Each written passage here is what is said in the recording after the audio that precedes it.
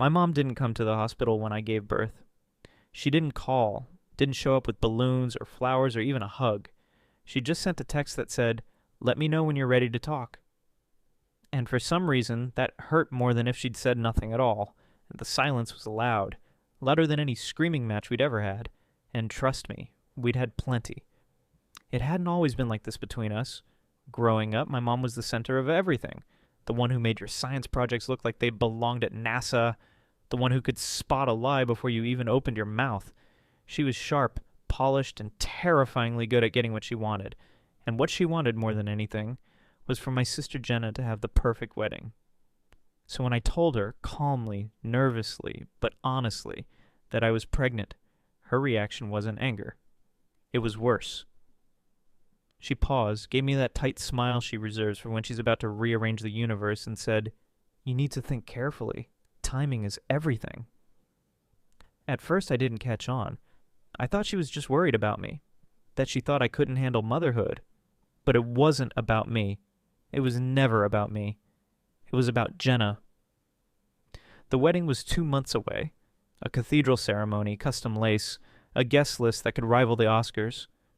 My mom had been planning it like a military campaign. And now here I was, single, newly pregnant, and inconvenient. Suddenly the conversations changed. My pregnancy wasn't something to celebrate. It was something to manage. She started saying things like, "Let's not make a big deal out of this," or "Maybe it's best not to tell everyone just yet." She made it sound like she was protecting me, but I could feel it in my bones. She was protecting something else. I tried to brush it off, focused on getting through each week. I stayed quiet, stayed low, didn't post anything on social media. I thought I was keeping the peace. I thought I was doing the mature thing. But when I went into labor early and didn't tell her until after my son was born, I thought that would reset something. That maybe the sight of her first grandchild would melt whatever ice she'd been building between us. She showed up at my apartment 3 days later. No warning. Holding a pale blue gift bag and a smile that didn't reach her eyes. She said he was beautiful. Said I looked tired but strong. Said she was proud of me. But everything about her felt off. Like she was waiting for something. Like this wasn't a visit. Like this was the beginning of something I hadn't agreed to. And in a way, I guess it was. She started showing up more after that. At first it was framed as helping. A warm casserole, a folded blanket, a few hours watching the baby so I could sleep. But even when her hands were busy, her eyes never stopped scanning, judging, calculating. And slowly, the help turned into control. It started with small comments about the way I held him, the way I dressed him, the clutter in my apartment. And then came the subtle digs. Jenna never looked this tired when she helped with the twins, or "It's okay, not everyone is built to be a mother." The message was always the same. I was doing it wrong. But nothing compared to the morning I found her in the nursery, standing over my son's crib, whispering something I couldn't quite hear. Her hand hovered above his chest like she was trying to memorize the way he breathed. When she noticed me watching, she didn't flinch. Just turned and said, "You should be resting more. You look awful." A few days later, I came home from a postpartum checkup to find my son fully dressed, diaper bag packed, and buckled into his car seat by the door. "I was going to take him for a little drive," she said casually, like this was something she did all the time. "You need a break. You're overwhelmed," I snapped. "You don't get to just take him. He's my son." Her expression didn't change. "And you think you're ready for that kind of responsibility? Look at you. You're exhausted. You have no partner, no real plan. This isn't a rom-com, Camille. This is real life." I told her to leave. She didn't argue, didn't yell, just stared at me like I'd failed a test she designed for me to fail. The next morning I received a letter. It was from a local adoption agency. Inside was a packet titled Open Placement Options. I couldn't breathe. My hands shook as I flipped through the pages. Application forms, surrender counseling information, even a list of adoptive families. I hadn't requested this. I hadn't signed anything. I hadn't even spoken to anyone. But someone had. When I confronted her, she didn't deny it. Not really. At first she tried to play dumb. Then she shifted into full-blown justification. "I was protecting you," she said. "And your sister." That stopped me cold. "Jenna, she's waited her whole life for this wedding," she snapped. "We have guests flying in from Europe. Everything is planned down to the second.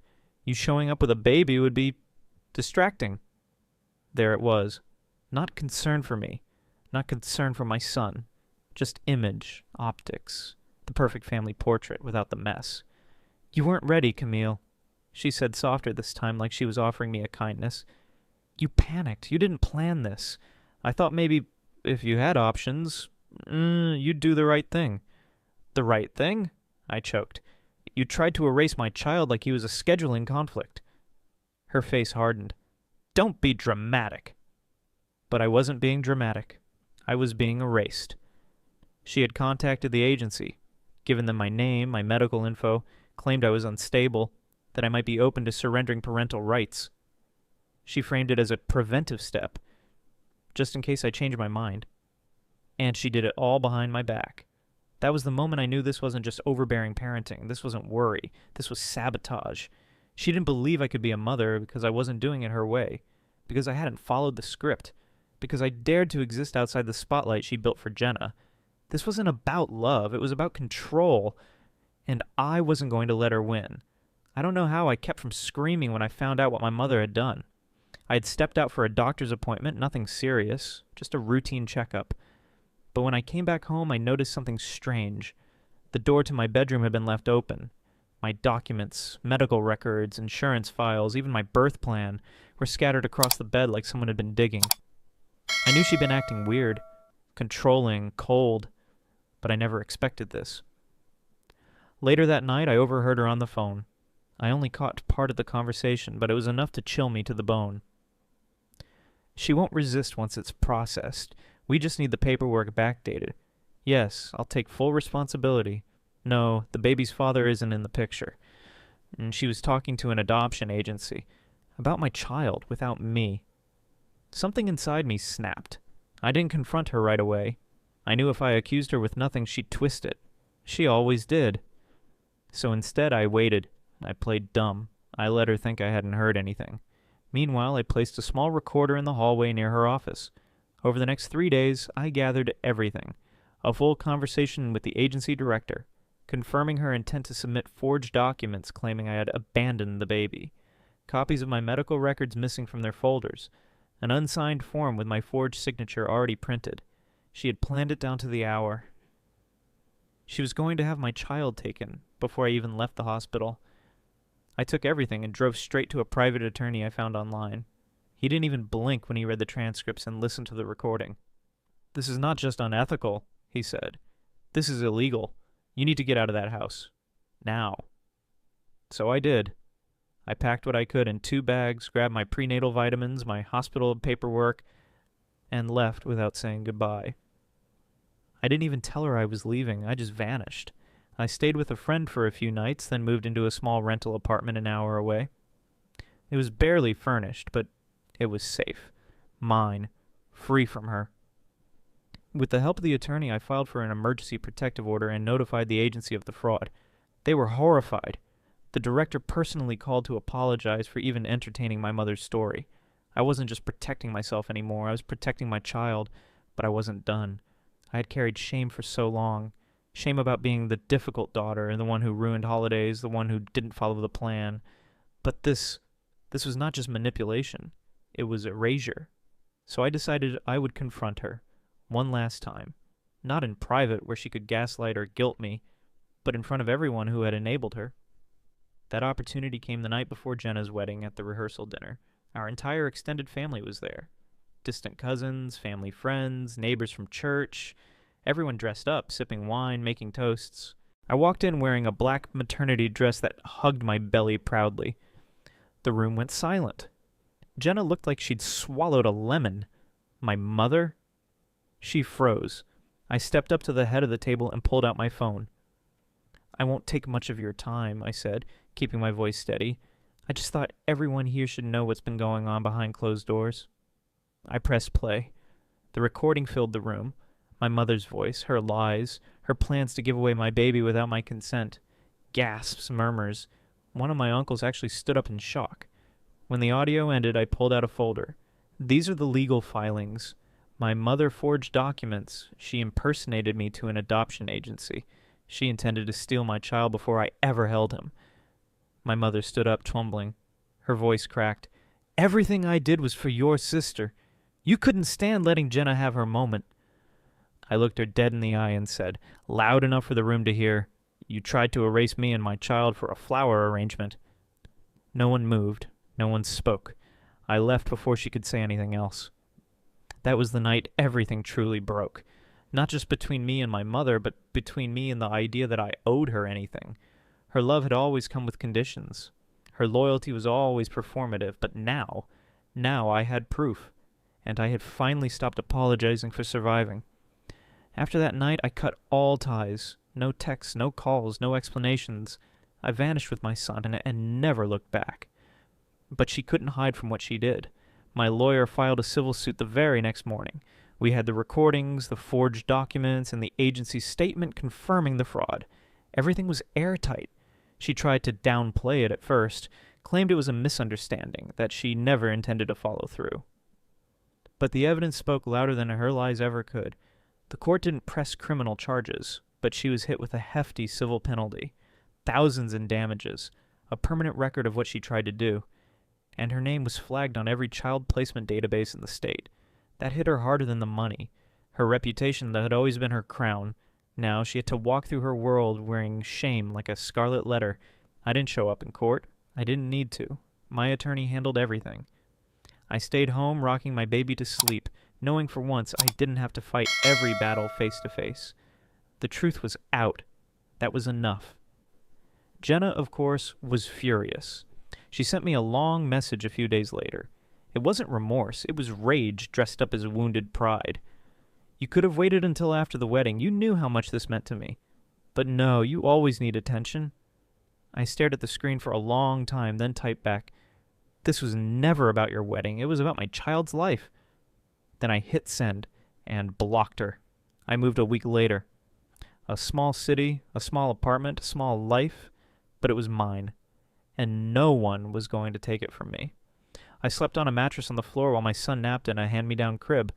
I worked remote jobs during feedings and rocked him through colic with one arm while answering client emails with the other. I didn't have help. I didn't have backup. But for the first time, I didn't feel alone. I wasn't being watched, judged, or manipulated. I was raising my son in peace. The fallout from my mother didn't stop at court. Whispers spread through the community. She stepped down from her volunteer roles for personal reasons. She disappeared from church bulletins and community boards. People who used to sing her praises now avoided her entirely. She had spent decades building a pristine image, and in just 1 week she burned it to the ground. And somehow she still blamed me. I heard through a cousin that she told people I was ungrateful and vindictive, that I had misunderstood her intentions, but no one who heard that recording misunderstood a thing. I didn't get joy out of watching her fall. Honestly, I just felt tired. Tired of years spent trying to earn love that was always conditional. Tired of shrinking myself to fit into a family where I never really belonged. What she did to me, what she tried to do to my baby, wasn't a mistake. It was a choice. And I made a choice too. To walk away, to protect my son, to finally live a life where I didn't have to apologize for existing. It's been a year. A year since I packed everything I owned into a borrowed car. A year since I left behind the house I grew up in, the people I once called family, and the version of myself that kept begging to be loved by them. I didn't look back, not once, not even when it hurt. And trust me, it did. But pain has a way of teaching you what love never should have to. These days I live in a quiet part of town. My apartment's small and the floors creak, but it's peaceful. My son just turned 1. He loves throwing food and chasing shadows. He's everything good in this world, and he has no idea how close he came to being taken from me. Every morning I watch him giggle in his crib and I think, we made it. Not because it was easy. It wasn't. But because I finally stopped apologizing for existing. After everything happened, I started writing. At first, just journaling. Late at night after my son fell asleep when the silence felt too loud. Then I started a blog. I called it Lines in the Sand. I didn't think anyone would read it. I just needed to speak. To reclaim my voice after years of having it twisted, dismissed, or flat out ignored. But people listened. Women wrote to me from across the country. Mothers, daughters, sisters. Some said they'd been in my shoes. Others said they were still stuck in homes where love was conditional and control was disguised as care. One message I'll never forget said, your story made me feel less crazy. I've been quiet for too long. Thank you. That's when I knew. This wasn't just about me anymore. Forgiveness looks different for everyone.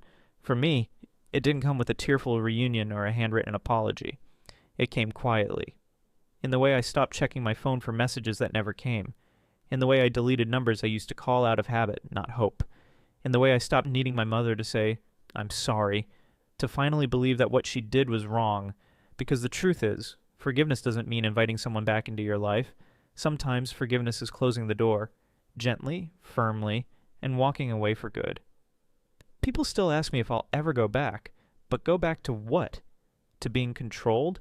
To being erased for the sake of someone else's reputation? To shrinking myself so someone else could shine?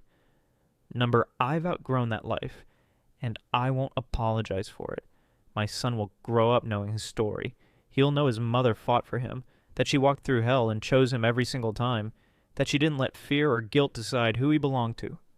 He'll know that love, real love, doesn't demand silence. It doesn't lie or control or manipulate. It shows up, it holds space, it protects. And more than anything, he'll know this. He was never a mistake. He was the beginning of everything that came after. Family doesn't give anyone the right to rewrite your life. Blood may be thick, but it's not a license to harm. Boundaries are not betrayal, they are protection. And sometimes, the most loving thing you can do for yourself is leave. Have you ever had to walk away from your own family to protect your peace? What did it cost you? And what did it give you in return? Let us know in the comments. Your voice matters here.